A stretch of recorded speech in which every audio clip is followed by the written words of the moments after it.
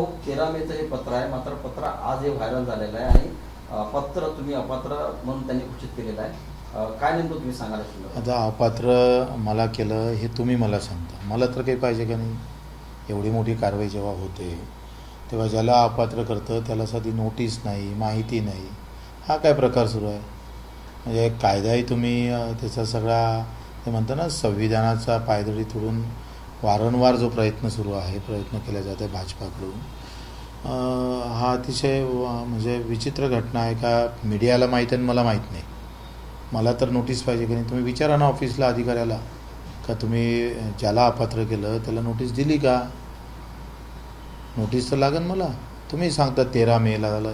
आता 13 मे तुम्ही सांगत असाल तर 13 मेची नोटीस 13 मेला मला अपात्र केला आहे असं म्हणतं, तर काल मला 9 जूनला विभागीय संचालकानं मला अध्यक्ष म्हणून नोटीस दिलेली आहे.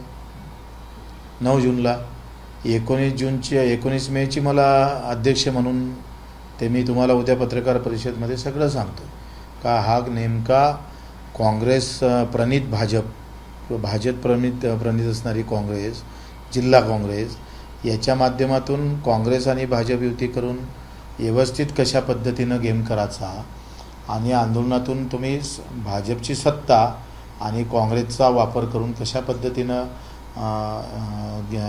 आम्हाला या प्रकरणात गोयलं जातं किंवा अपात्र करण्याचा जो प्रयत्न करत आहे तो सर्रास आहे. आता तुम्ही समजू शकता का आंदोलन झाल्याबरोबर माझ्यावर अपात्राची अशा पद्धतीची नोटीस दिल्या जातं, ते मलाही ते भेटत नाही, मीडियाला पहिले माहीत होते. कसं दबावतंत्र आहे हे लक्षात आलं असेल तुमच्या.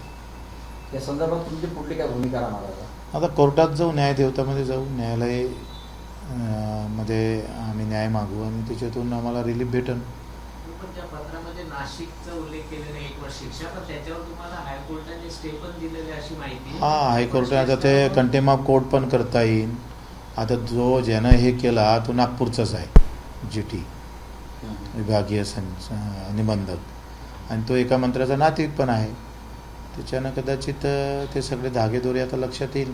उद्याच्या याच्यावर 26 तर सगळी माहिती एक पूर्ण कशा पद्धतीनं चुकीची झाली, कायदा कसा पायदळी तोडला गेला, कशा पद्धतीचा आवाज दाबण्याचा प्रयत्न होतं. आम्ही सकाळी तुम्हाला सांगितलं का एका अधिकाऱ्याने मला जे सांगितलं का सप्टेंबरपर्यंत बच्चू कशा पद्धतीनं त्याला इथून समाप्त करायचं आहे, त्याला कशा पद्धतीनं कारवाई करायची आहे, हे सर्व आता. आणि हे अपेक्षितच होतं ना आम्हाला, हे अपेक्षितच आहे आणि त्याच्यानं आंदोलन थांबणार नाही. आम्ही शेतकरी, शेतमजूर, दिव्यांगासाठी ही लढाई आरपारची लढू, ज्या स्तरावर जाईल त्या स्तरावर लढू. हो, तुम्ही सकाळीच म्हणाले होते की मला बँकेच्या काही संचालकांकडून सांगण्यात आलं होतं की तुम्ही आवाज करू नका, म्हणजे बोलू नका, तुमच्यावर कारवाई होऊ शकते. त्यानंतर हे पत्र बाहेर येणं कसं पाहता येऊ? मला माहीतच नव्हतं खरं तर. मला मीडियाकडून पहिले ABP माझ्यावरून मला ते फोन आला आणि तिथून माहीत झालं का आपल्याला असं अपात्र करण्यात आलेलं आहे. पण अद्यापही माझ्यापर्यंत कुठलीही नोटीस नाही. ती नोटीस आल्यानंतर आम्ही कोर्टात जाऊ आणि त्याच्यावर उत्तर देऊ. काही संचालक मंडळी सांगत होते का बा तुम्ही अशा पद्धतीनं बोलू नका, ते आपल्याला बँकेच्या अध्यक्षपदावरून काढू शकतं. म्हटलं बँक ही शेतकऱ्याची आहे आणि शेतकऱ्यासाठीच मी जर बोलत नसेल तर त्या अध्यक्षपदाची काही अर्थ उरत नाही. आम्ही हे बोलत राहू.